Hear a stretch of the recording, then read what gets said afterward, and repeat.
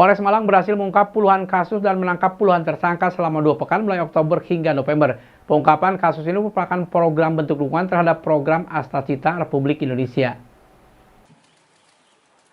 Polres Malang mendukung penuh program Astacita Republik Indonesia dengan berhasil mengamankan puluhan tersangka dari berbagai kasus melawan hukum di ranah hukum Polres Malang.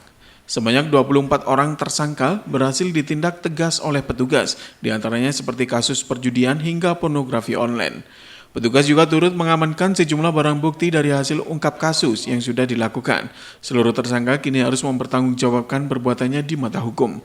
Secara rinci, ada 7 kasus yang menjadi sasaran operasi, seperti judi konvensional, judi online, TPPA, KDRT, pornografi online, penyalahgunaan barang bersubsidi, dan TPPO. Pengungkapan tindak pidana perjudian sebanyak 16 kasus dengan 17 tersangka.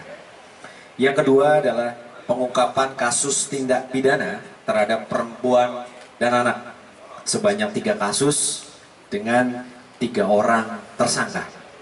Yang keempat, pengungkapan kasus tindak pidana pornografi online sebanyak 1 kasus dengan 1 tersangka. Penyalahgunaan barang bersubsidi, bahan bakar dan LPG dengan rincian penyalahgunaan bahan bakar BBM itu 1 kasus, 1 orang tersangka. Yang kedua adalah penyalahgunaan LPG, 1 kasus juga 1 tersangka.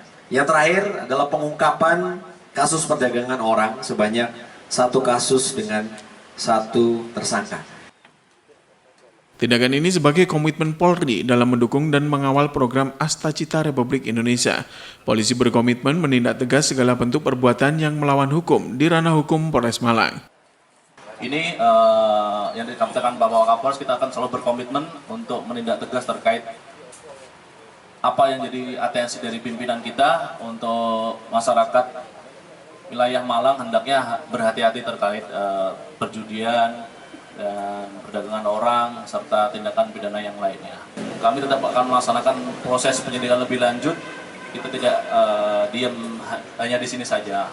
Bahwasanya kita akan selalu untuk menindak tegas terkait pelanggaran-pelanggaran yang ada di wilayah Polres Malang. Simon Alfredo melaporkan.